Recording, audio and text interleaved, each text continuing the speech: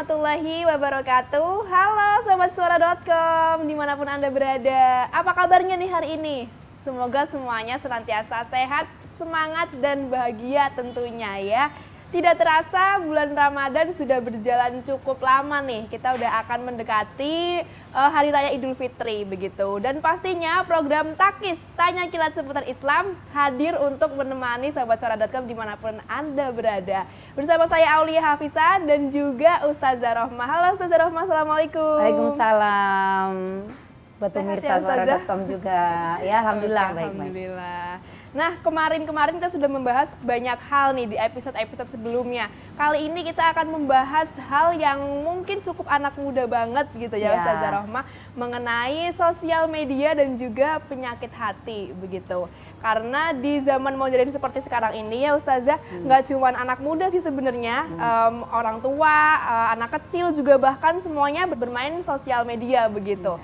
Nah, kira-kira kalau misalnya kita lihat sosial media nih, kan seringkali misalnya kita lihat teman kita berprestasi, terus kita iri, dengki, dan sebagainya begitu. Gimana sih cara menyikapinya Ustazah? Ya, lagi-lagi begitu ya, ketika kita itu melihat orang lain berhasil, tentu bukan iri yang ada atau yang hadir dalam diri kita, dalam hati kita. Tetapi sebenarnya itu bisa menjadi sarana untuk memacu diri kita mau belajar atau mau meraih sesuatu yang seperti diraih oleh teman kita. Nah, makanya dari awal ya, menjaga kebersihan hati di bulan Ramadan ini sebagai bentuk latihan kita dalam menjalani kehidupan kita di 11 bulan sesudahnya. Terus kemudian Allah datangkan Ramadan lagi supaya kita menempa diri kita lagi. Maka dari itu memang belajar menjaga kebersihan hati, tidak ada rasa iri, tidak ada dengki dengan apa yang dimiliki oleh orang lain, karena semuanya sudah diukur sama Allah, apa yang diberikan oleh teman kita karena usahanya, dan tentu harusnya memotivasi kita untuk mau berusaha sehingga mendapatkan hal yang sama seperti teman kita. Oke, kadang mungkin bukan iri kali ya Ustazah, tapi lebih ke iri juga nggak boleh. Tapi ada juga rasa seperti kalau anak zaman sekarang nih ngomongnya insecure gitu, kayak rendah diri, kayak nggak pede gitu. Iya, kok dia bisa mencapai itu, kok aku enggak, kok dia punya itu, kok aku enggak, kok dia bisa liburan, kok aku enggak. Nah, itu gimana menyikapinya Ustazah? Jadi orang tidak percaya diri atau insecure gitu, mungkin dia harusnya lebih melihat diri sendiri. Kita nggak boleh loh sebenarnya tidak percaya diri atau insecure atau rendah diri. Rendah hati boleh, rendah diri nggak boleh. Karena kita sebagai makhluk Allah itu sama. Dan bahkan kemuliaan itu tergantung pada takwa kita. Inna akramakum indallahi atqakum ya. Sungguhnya kemuliaan seseorang itu tergantung pada takwanya. Bukan pada apa yang diraih yang nampak di dunia itu tadi. Nah, maka kita perlu menilik jauh ya ke dalam diri kita. Melihat ya bagaimana kuasa Allah menciptakan diri kita, itu yang harusnya kita syukuri. Dan kita memang butuh membangun rasa percaya diri dengan cara apa? Melihat sisi kelebihan kita. Saya yakin gitu ya, dan kita semua yakin bahwa dalam diri kita masing-masing itu punya sesuatu. Ya, dia adalah kelebihan. Mungkin di antara kekurangan yang ada pasti ada kelebihan. Dan kita perlu butuh orang lain memang ya untuk mengarahkan kita atau membimbing kita meng-up gitu ya, meng-up apa yang kita miliki. Nah, memang butuh proses semuanya itu, tidak langsung. Dan kita perlu bersosialisasi, berorganisasi untuk menghilangkan rasa-rasa tidak percaya diri atau rendah diri pada diri kita. Dan memang butuh berlatih. Nanti kalau kita udah biasa ketemu banyak orang lain, terus orang lain akan memberikan penghargaan pada kita, mungkin akan muncul itu ya, semakin muncul sikap percaya dirinya. Kadang-kadang untuk memberikan penghargaan pada diri kita pun juga penting gitu ya. Bahwa aku bisa ini gitu, aku bisa itu. Tunjukkan mulai dari sedikit, mungkin kemampuannya apa. Nah, di situ akan bisa ditunjukkan melalui dia bersama orang lain, entah organisasinya dan sebagainya. Oke, Ustazah. Nah, kemudian langkah-langkahnya tuh gimana aja sih kira-kira untuk meningkatkan kepercayaan diri gitu Ustazah? Ya, tadi mungkin hampir sama ya jawabnya. Jadi kita memang harus punya teman dialog, bisa sahabat kita, bisa orang tua kita. Nah, teman dialog ini untuk menggali potensi atau mungkin sama-sama saling, aku itu bisa apa sih gitu. Bunda, mama gitu ya, aku tuh sebenarnya bisa apa? Oh kamu ini. Ya memang butuh blind spot ya untuk menilai diri kita, nggak bisa kita itu sekedar menilai diri sendiri.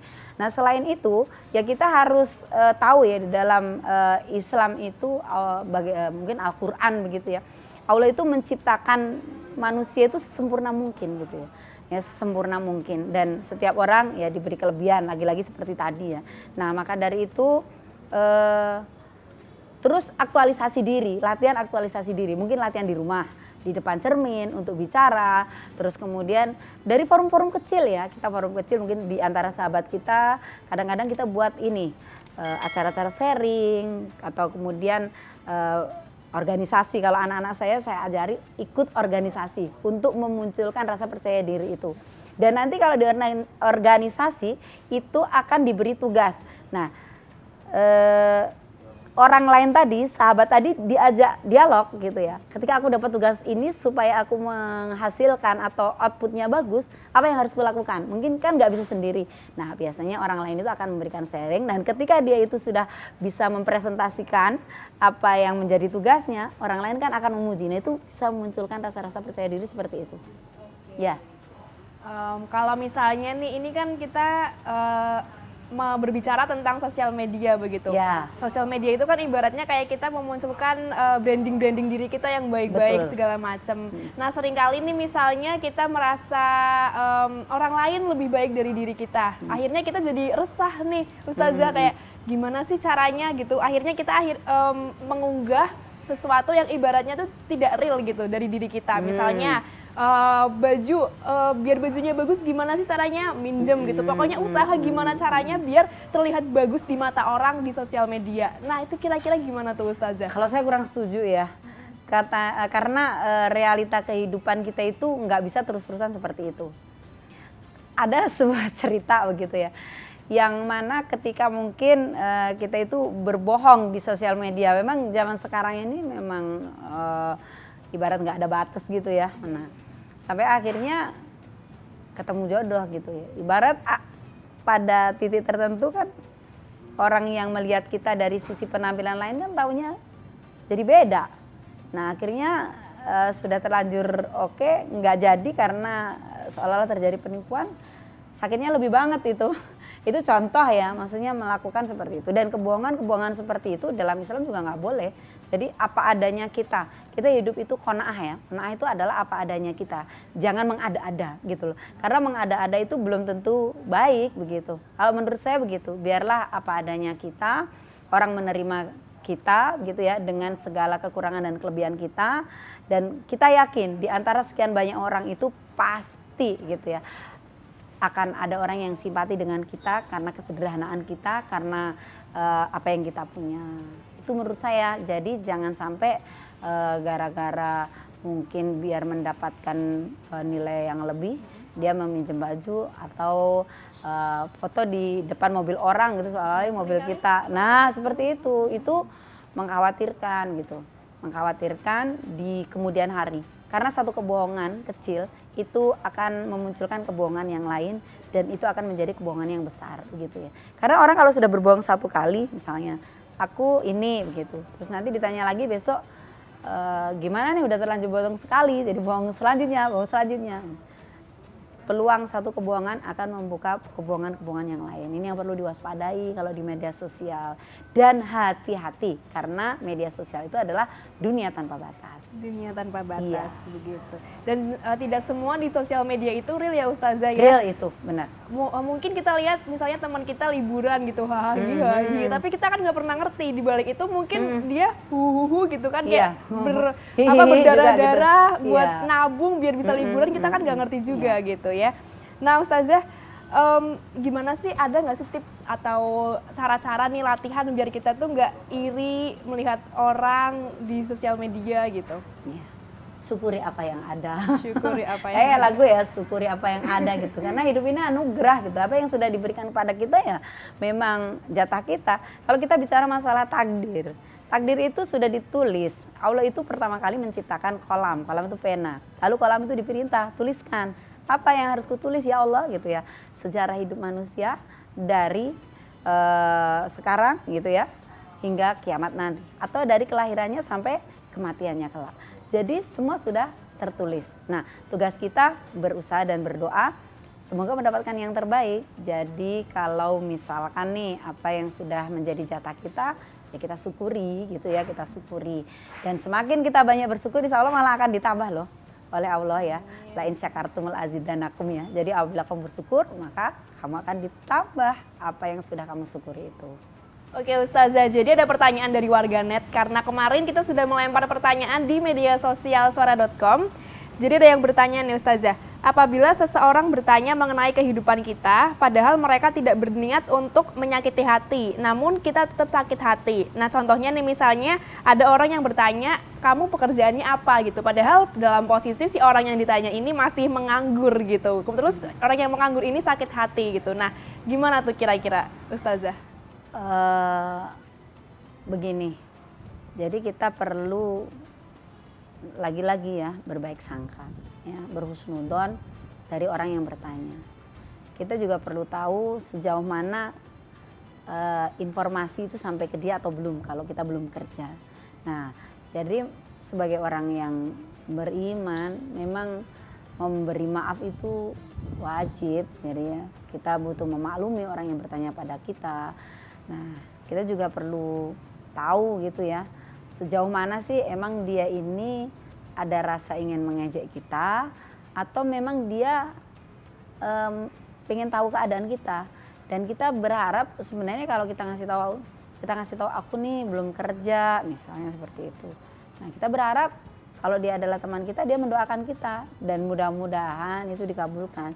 Jadi ya dengan sikap orang, dengan apapun yang orang sampaikan kepada kita, yang perlu kita kedepankan adalah bagaimana kita berpikir positif. Selalu ada nilai positif yang ada pada diri kita. Dan insya Allah dari nilai-nilai positif yang kita munculkan dari diri kita akan mendatangkan banyak hal yang positif juga dalam kehidupan kita. Insya Allah gitu. Ya. Berhusnuzon, tapi kalau misalnya ternyata emang bener nih niatnya mengejek, itu gimana respon kita nih Ustazah? Lagi kita itu dalam Al-Quran tuh diperintahkan untuk memberi maaf. Memberi maaf itu berat dibandingkan meminta maaf. Jadi yang utama adalah memberi maaf. Jadi memberikan permakluman, memberi maaf itu menjadi tugas kita.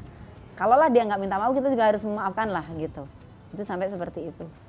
Karena kita sebagai orang yang beragama Islam kan, pedomannya Al-Quran. Dalam Al-Quran itu seperti itu. Ada orang yang mungkin kurang tepat berbicara pada kita, ya berusahalah memaafkan walaupun itu sakit. Ya proses sih, nggak langsung menjadi orang yang selalu bisa memaafkan, itu proses. Hari ini mungkin kita sakit hati, besok lagi ketemu yang demikian, kita tingkatkan lagi. Terus proses sampai pada titik di mana kita tidak mudah sakit hati pada orang lain, pada sikapnya, pada perkataannya, dan sebagainya. Amin. Oke, ada pertanyaan terakhir nih Ustazah. Nah, kalau misalnya kita ingin mengunggah begitu momen-momen kita di media sosial, misalnya ketika kita telah mencapai sesuatu, ada prestasi, kita unggah nih di media sosial kita, Instagram misalnya. Nah, itu termasuk riya nggak sih Ustazah kalau seperti itu? Ya sama, dari awal presentasi kita salah satunya innamal a'malu binniyat ya, semua tergantung niatnya. Mungkin kalau saya, kadang-kadang saya mengupload agenda-agenda saya. Ini bukan bertujuan untuk memamerkan, tetapi saya pengen memotivasi sampai usia berapapun kebaikan itu harus kita tebar, itu. Dan kadang-kadang kalau itu adalah prestasi kita, kita tergantung kita mau nguploadmu untuk sebuah kebanggaan diri atau memang ingin memotivasi orang untuk meraih sukses. Misalnya captionnya dong gitu, captionnya kita kasih, ayo dong teman-teman kita belajar lebih giat lagi supaya kita berprestasi. Alhamdulillah selama aku lebih giat belajar, prestasiku meningkat dan sebagainya. Nah, caption itu juga punya pengaruh, nggak hanya sekedar gambar yang menimbulkan persepsi orang gitu ya. Sehingga orang itu ya, gitu ya. So iye gitu, so iye mentang-mentang dia kayak gitu. Kadang memang butuh penjelasan ya, butuh penjelasan. Misalnya kita lagi sedang dapat ini sih, misalnya anak-anak lolos SBMPTN gitu. Orang tua kan juga tuh bangga gitu loh, menunjukkan rasa syukur. Nah, mungkin saya sebagai orang tua kadang juga gitu kan gitu ya. Anak saya keterima di sini, anak saya begini. Ini bukan untuk ria, tapi sebagai bentuk syukur kita juga bisa, bukan hanya untuk memotivasi gitu. Terus nanti orang kan akan sharing, gimana sih Bunda atau gimana Ustadzah mendidik anak sampai sedemikian gitu. Nah, saya kan punya peluang nih untuk dapat amal jariah, menyampaikan sesuatu yang menjadi pengalaman saya. Itu hanya sekedar contoh kasusnya seperti itu. Jadi kadang-kadang kita melihat orang itu mengupload sesuatu, lagi-lagi berpikirnya kita yang positif gitu. Nah, bisa jadi ketika dia mengupload sesuatu, ada captionnya bagus, kita terinspirasi dari apa yang sudah dia tuliskan. Oh, ternyata seperti itu ya. Karena kita tadi seperti yang dikatakan nggak ngerti nih terjungkal-jungkalnya dia dibalik semua prestasi yang dia raih gitu. Makanya saya ingat salah seorang penulis yang mengatakan bahwa kadang-kadang kita melihat sosok itu luar biasa gitu ya, berprestasi dan sebagainya. Jangan sekedar ditanyakan bagaimana dia itu pada titik prestasi, suksesnya dia gimana. Tapi seberapa perih ya luka yang pernah dia rasakan, seberapa duka yang pernah hadir dalam hidupnya gitu ya. Nah, inilah yang justru akan menyemangati hidup kita. Oke, baik. Terima kasih banyak Ustazah Rohmah untuk sharingnya hari ini. Iya. Dan semoga ini juga bisa menjadi pelajaran begitu ya, Ya. untuk yang menonton, bahwasannya dalam bermedia sosial ya seperti tadi begitu, tergantung niatnya bagaimana. Kalau misalnya mau Harus sharing, berpikir positif juga ya. Iya, betul sekali. Kalau misalnya menyaksikan harus berpikir positif terlebih dahulu. Nah, itu tadi bincang-bincang kita. Nanti kita akan lanjutkan lagi di episode berikutnya. Saya Aulia Hafisa dan juga Ustazah Rohmah mengucapkan terima kasih. Wassalamualaikum warahmatullahi wabarakatuh. Waalaikumsalam warahmatullahi wabarakatuh.